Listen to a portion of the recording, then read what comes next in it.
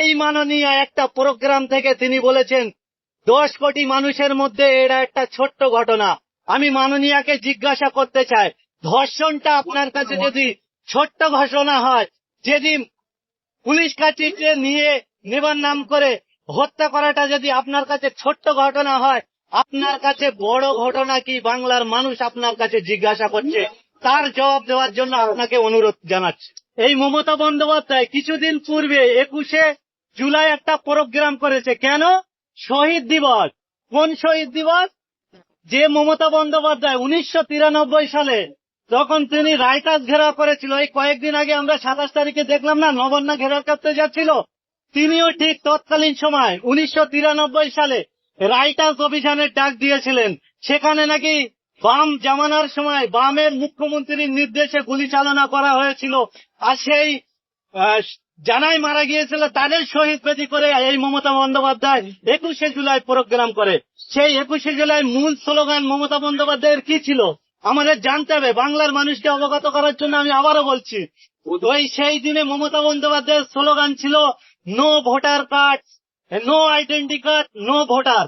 যার identity card থাকবে না সে ভোটার হতে পারবে না, ভোট দিতে পারবে না। তানার ওই দিনটাকে আমি কুর্নিশ জানাই মমতা বন্দ্যোপাধ্যায়কে।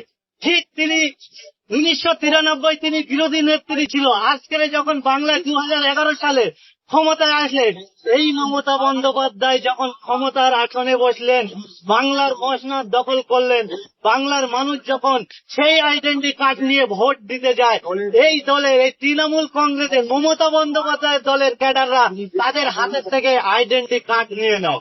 এইটাই হচ্ছে মমতা বন্দ্যোপাধ্যায়ের কালচার। ওনার মাথা খারাপ হয়ে যায় না, ওনার বয়স বাড়ি নেই, উনি নাটক করে, উনি সবসময় মিথ্যা আশ্বাস দিয়ে বাংলাকে দখল করে রাখতে চায়, রাজ ক্ষমতা দখল করতে চায় এবং বাংলার মসনদ দখল করতে চায় বলে মনে করছে। এই যে দিনের পর দিন ঘটনা ঘটছে, এই নাটক কি আর মমতা বন্দ্যোপাধ্যায়ের এই নাটক কি আর চলবে? বেশি দিন না, আর বন্ধ হয়ে যাবে। দেখেন, আমাদের প্রাণপ্রিয় বিধায়ক, ভাঙড়ের বিধায়ক এবং সাথে সাথে আমার রাজ্যের ইন্ডিয়ান সেকুলার ফ্রন্টের চেয়ারম্যান, সর্বোপরি একটা কথা তিনি সর্বসময় বলেন যে তৃণমূল কংগ্রেসের নেতা নেতৃত্বগণ তারা সাপ হয়ে কামড়ায় এবং ওঝা হয়ে বাঁচানোর চেষ্টা করে। ঠিক মমতা বন্দ্যোপাধ্যায়ের ব্যবহারে, আচারে আমরা নওশাদ মিয়ানের যে বার্তা একদম অক্ষরে অক্ষরে প্রমাণ দেখেছি। আমরা দেখেছি হাতরাতে যখন তৃণমূল কংগ্রেসের নেতার ছেলের বার্থডে পার্টিতে একজন বাংলার একজন নারীকে ইনভাইট করে ধর্ষণ করেছিল, এই মমতা বন্দ্যোপাধ্যায় নবান্নের 14 তলায় বসে বলেছিল ওটা লাভ অ্যাফেয়ার না প্রেম ঘটিত জিনিস না অন্য কিছু, সেটা তদন্ত করতে হবে। ঠিক আজকের যখন আরজিকর হসপিটালে এই ঘটনা ঘটেছে, এই মাননীয় একটা প্রোগ্রাম থেকে তিনি বলেছেন 10 কোটি মানুষের মধ্যে এটা একটা ছোট্ট ঘটনা। আমি মাননীয়াকে জিজ্ঞাসা করতে চাই, ধর্ষণটা আপনার কাছে যদি ছোট্ট ঘটনা হয়, যেদিন পুলিশ কাঠিতে নিয়ে নেবার নাম করে হত্যা করাটা যদি আপনার কাছে ছোট্ট ঘটনা হয়, আপনার কাছে বড় ঘটনা কি বাংলার মানুষ আপনার কাছে জিজ্ঞাসা করছে, তার জবাব দেওয়ার জন্য আপনাকে অনুরোধ জানাচ্ছি। কতদিন চলবে এই আন্দোলন? দেখেন, সাধারণ মানুষের আবেগ, সাধারণ মানুষের স্পন্দন, সাধারণ মানুষের যে ভালোবাসা, সাধারণ মানুষ যতদিন মনে করবে যে মায়ের কোলগুলো খালি হয়েছে সেই মায়েদের সুবিচার পাইয়ে দেওয়ার জন্য নিজের দায়িত্ব নিয়ে সেখানে লড়াই সংগ্রাম করা প্রয়োজন।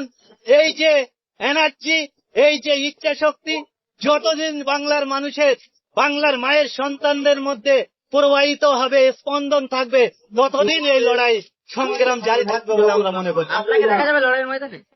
আমরা ইন্ডিয়ান সেকুলার ফ্রন্ট করি, আমরা বিরোধী দল করি, শাসক দলের চোখে চোখ রেখে আমাদের লড়াই সংগ্রাম করতে হয়। আমরা সাধারণ মানুষের জন্য কথা বলি। আর আমাদের গর্বের বিধায়ক, আমার বিধায়ক, আমি ভাঙড়ের মানুষ, আমার বিধায়ক, তিনি একটা কথা সর্বসময় বলেন, ক্ষমতা দখলের জন্য তিনি রাজনীতি স্থানে আসেনি, মানুষের যে ব্যবস্থাপনা, সুন্দর সমাজ ব্যবহার, সুন্দর সমাজ উপহার দেওয়ার জন্য তিনি রাজনীতি স্তরে এসছে। আর আমাদের রক্ত মাংসের মানুষ আমরা, যতদিন পর্যন্ত আমাদের হৃদয়ে জান থাকবে, যতদিন পর্যন্ত আমাদের জীবনটা বেঁচে থাকবে, নওশাদ সিদ্দিকীর নেতৃত্বে আমরা মানুষের সুস্থ সমাজ গড়ার জন্য এই লড়াই সংগ্রাম জারি রাখবো। এই মুহূর্তে